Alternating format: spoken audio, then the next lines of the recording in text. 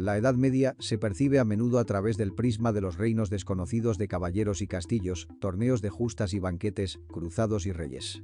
Sin embargo, una de las experiencias humanas más naturales, el sexo, suele pasarse por alto durante ese periodo. Hola queridos, suscríbanse al canal, denos un like y allá vamos.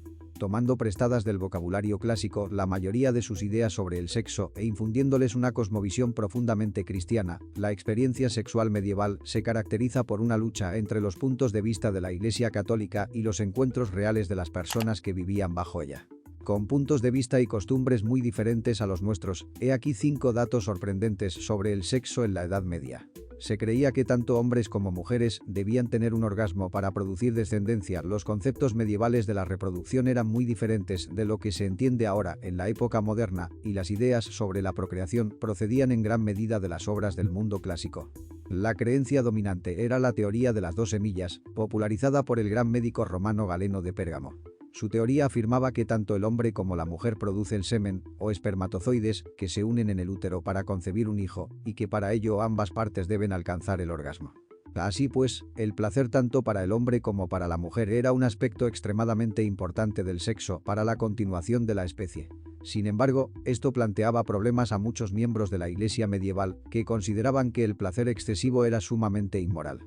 El influyente teólogo romano San Agustín relacionó el placer sexual con la caída del hombre, mientras que el filósofo del siglo XIII Tomás de Aquino condenó como peligrosos los besos lujuriosos y los abrazos vergonzosos. El lado oscuro de la teoría de las 2 semillas también tenía consecuencias nefastas para las mujeres.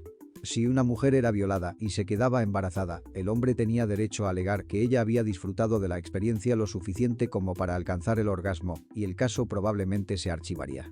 La Iglesia consideraba sodomía cualquier forma de sexo no relacionada con la procreación, pero la mayoría de la gente simplemente lo ignoraba. Dado que la Iglesia desconfiaba del placer durante las relaciones sexuales, ciertamente no estaba interesada en ninguna forma de sexo que fuera puramente por entretenimiento, y lo consideraba activamente como sodomía. Para la Iglesia, la única actividad sexual aceptable era el sexo entre un hombre y una mujer para la procreación con el único propósito de tener un hijo. Sin embargo, incluso esto estaba sujeto a restricciones. El sexo de cualquier tipo estaba prohibido los domingos, los días festivos, durante la Cuaresma y en Navidad. Sin embargo, la Iglesia no era un elemento omnímodo de la sociedad medieval y mucha gente ignoraba estas normas. Por ejemplo, la cultura del amor cortesano en las clases altas de la sociedad medieval tenía su propia manera de hacer las cosas, en la que el matrimonio y el embarazo estaban en gran medida separados del amor y el romance. Así, hombres y mujeres casados mantenían a menudo relaciones románticas al margen de la relación conyugal y exigían formas de sexo que no condujeran a la procreación.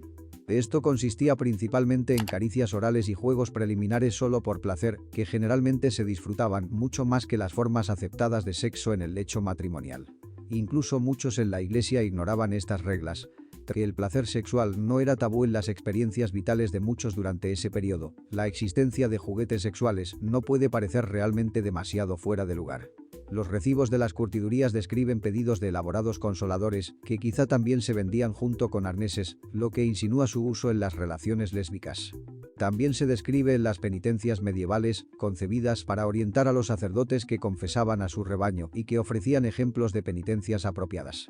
Una de ellas, escrita por Burard de Worms en el siglo X, les incita a preguntar 2 puntos. ¿Has hecho lo que ciertas mujeres acostumbran a hacer? Es decir, ¿has fabricado algún artilugio con forma de pene de hombre, de un tamaño correspondiente a tu deseo, y lo has sujetado a la región de tus propios genitales o a los de otra persona mediante algún tipo de broche? ¿Y has cometido adulterio con otras mujeres o han participado otras en un instrumento similar o de otro tipo contigo?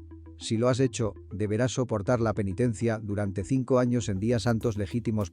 Si bien es posible que se hayan dedicado a lo que el público moderno llamaría actividad homosexual, la gente medieval no tenía ningún concepto de la terminología homosexual o heterosexual. En su lugar, o eras sodomita o no lo eras, y como la sodomía se refiere a cualquier actividad no relacionada con la procreación, muchos consideraban la masturbación, los juegos preliminares entre un hombre y una mujer y el uso de juguetes sexuales por 2 mujeres como la misma cosa. El deseo sexual se consideraba un rasgo femenino contrariamente a los estereotipos de la época moderna. El fuerte deseo sexual se consideraba un rasgo particularmente femenino durante la Edad Media. Se consideraba que las mujeres eran sexualmente insaciables y estaban constantemente a la caza de encuentros sexuales, utilizando sus artimañas femeninas para engañar a los hombres para que se acostaran con ellas. Se pensaba que las mujeres eran supuestamente débiles de voluntad y más comprometidas emocionalmente, por lo que se dejaban llevar más por sus impulsos animales y, especialmente como hijas de Eva, se las consideraba intrínsecamente pecaminosas. A los hombres, en cambio, se les consideraba más racionales y santos que las mujeres y, por tanto, más capaces de resistir la tentación. E incluso se les consideraba más feminizados si mostraban abiertamente un interés excesivo por el sexo. Las trabajadoras del sexo se consideraban una parte vital de una sociedad bien organizada. A pesar de su temperamento supuestamente más racional, se creía que los hombres caerían en la violencia si no se liberaban sexualmente. Por ello, el trabajo sexual en el mundo medieval no solo era legal, sino que también se consideraba una necesidad para mantener el orden en la sociedad. Tomás de Aquino comparó el comercio sexual con las cloacas que corren por debajo de los grandes palacios, afirmando: quitad el pozo negro y el palacio se convertirá en un lugar sucio y maloliente.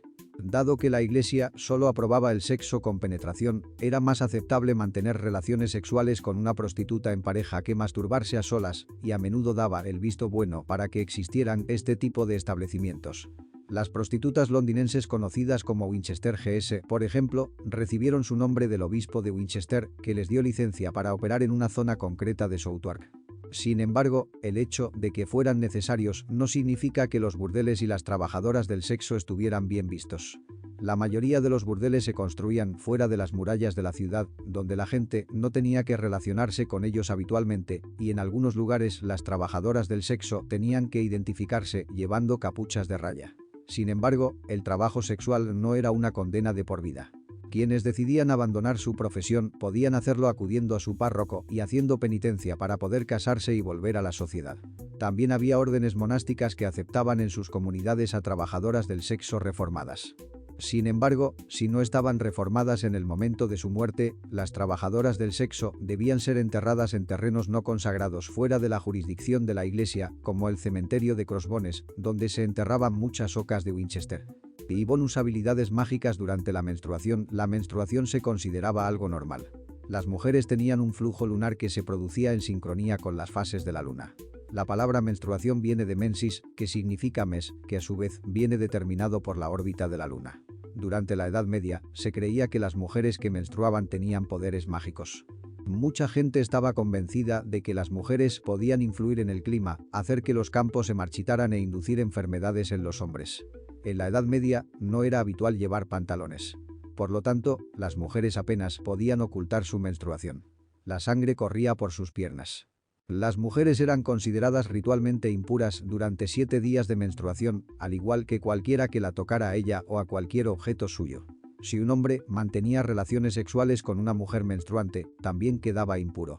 Si esta ley se infringía deliberadamente, la pareja debía ser expulsada de la nación y morir, según Levítico, capítulo 20, versículo 18. ¿Le gustaría vivir en la Edad Media? Escribe tus comentarios.